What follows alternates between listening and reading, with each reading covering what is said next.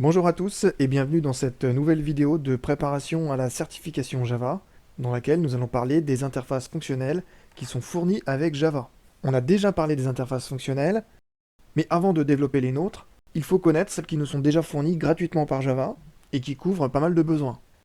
Le package java.util.function, il fournit donc un certain nombre d'interfaces fonctionnelles générales et utilisées par certaines classes du langage. Les supplayers déjà, qui ont une méthode génératrice qui ne prend pas de paramètres et qui renvoie une instance d'un type donné. Les consumers, eux, ils prennent bien des paramètres, mais ils ne retournent aucun résultat. La méthode de l'interface fonctionnelle consumer, elle retourne void. On a aussi les fonctions, donc ça reprend un concept qu'on connaît déjà, et qui prennent des paramètres en entrée et qui retournent un résultat. Parmi les interfaces fonctionnelles, on a les opérators, et ce sont des fonctions dont les paramètres et le résultat sont du même type, comme un opérateur d'addition par exemple. Toutes ces interfaces qui nous sont offertes par Java, elles n'ont par définition d'une interface fonctionnelle qu'une seule méthode abstraite. Et le nom de cette méthode, il est normalisé. Quand on a un supplier, la méthode, c'est un get. Quand on a un consumer, c'est une méthode accept. Quand on a un predicate, qu'on n'a pas parlé d'un predicate, mais on l'a vu dans des exercices, donc c'est une interface fonctionnelle qui prend en entrée un objet et qui renvoie un booléen. Pour les predicates, la méthode, elle s'appelle test. Mais pour toutes les autres interfaces fonctionnelles qu'on trouve dans java.util.function, la méthode, c'est généralement apply. Donc supplier, c'est get, consumer, accept, predicate, test, et pour toutes les autres, apply. Ce sont des interfaces génériques, donc elles utilisent un type générique.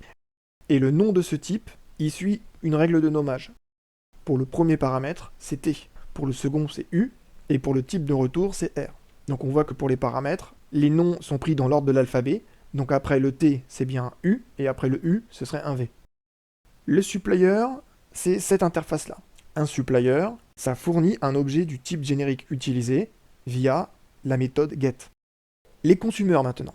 Les consumers, on a le consumer standard ici, qui va réaliser un traitement sur un objet de type T via la méthode accept, qui ne retourne rien, qui est void. Mais on a aussi la déclinaison à deux paramètres, pour les traitements qui devraient s'appliquer à deux paramètres, et cette fois, la méthode accept possède deux paramètres.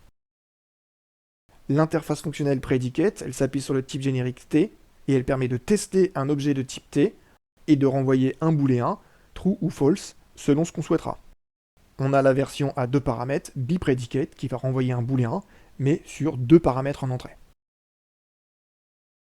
Pour l'interface fonctionnelle fonction et sa déclinaison bifonction, à deux paramètres en entrée, on a ces signatures de méthode.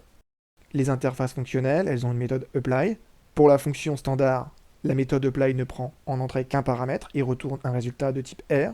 Pour une bifonction, on aura deux paramètres, un de type T, l'autre de type U, et on retournera un résultat de type R. Unary operator et binary operator. Ces opérateurs, on pourrait les voir comme des spécialisations des fonctions qu'on vient juste de voir. Sauf que dans ce cas, tous les paramètres en entrée, ainsi que le résultat, sont du même type. Concrètement, unary operator et binary operator sont des extensions de fonctions et bifonctions. Allez faire un tour dans la Javadoc. Pour ces interfaces fonctionnelles, on va avoir en plus de l'unique méthode abstraite, des méthodes default et statiques, des méthodes utilitaires on va dire. Donc on aura par exemple pour le consumer nzen, qui nous permet de réaliser une micro-pipeline et d'enchaîner les consumers. On crée un consumer qui enchaîne des consumers. On va avoir nzen si on veut composer des fonctions, si on prend le terme mathématique. De la même façon, pour les predicates, on pourra retenir les méthodes default and, or, negate, ou encore not. Construire sur des prédicats un nouveau prédicat plus complexe, qui va représenter une expression logique. Ce tableau, il peut vous aider parce qu'il synthétise bien tout. Donc je vous ai mis dans la colonne de gauche les interfaces, puis dans d'autres colonnes les paramètres que prennent la méthode de ces interfaces, le type de retour et le nom de la méthode. Donc supplier, pas de paramètres en entrée, on produit quelque chose. Donc on produit un résultat de type T. Et on a une méthode get pour obtenir. Consumer, on consomme, donc on retourne rien, c'est du void, mais on a en paramètre de type T. Et notre consumer, il accepte un objet. Donc sa méthode, c'est accept. Le prédicat, il s'applique à un objet de type T et il renvoie un booléen. Et il teste notre objet. La méthode, c'est une méthode test. pour fonction ou unary opérateur. Donc on a vu que l'unary opérateur, c'était spécialisation de fonction où le paramètre et le résultat sont de même type. On a en paramètre un paramètre de type t, et on retourne pour la fonction un résultat de type r. Pour l'unary opérateur, également un résultat de type t. Et dans les deux cas, la méthode, elle s'appelle apply. Dans la partie du bas, je fais apparaître le biconsumer, bipredicate, bifunction, binary operator. On peut passer rapidement. On a juste un paramètre en plus. Le nom de la méthode, c'est le même nom que pour l'interface qui ne prend qu'un paramètre. Et le type de retour est inchangé. Si vous avez bien tout compris, on enchaîne sur les exercices. Alors, vous vous souvenez des interfaces fonctionnelles les plus courantes, supplier, predicate, etc. etc. L'idée de l'exercice, c'est de remplacer les tirets par le bon nom d'interface fonctionnelle. L'interface fonctionnelle qui va convenir. J'ai deux entiers, un qui vaut 50 et l'autre qui vaut 100.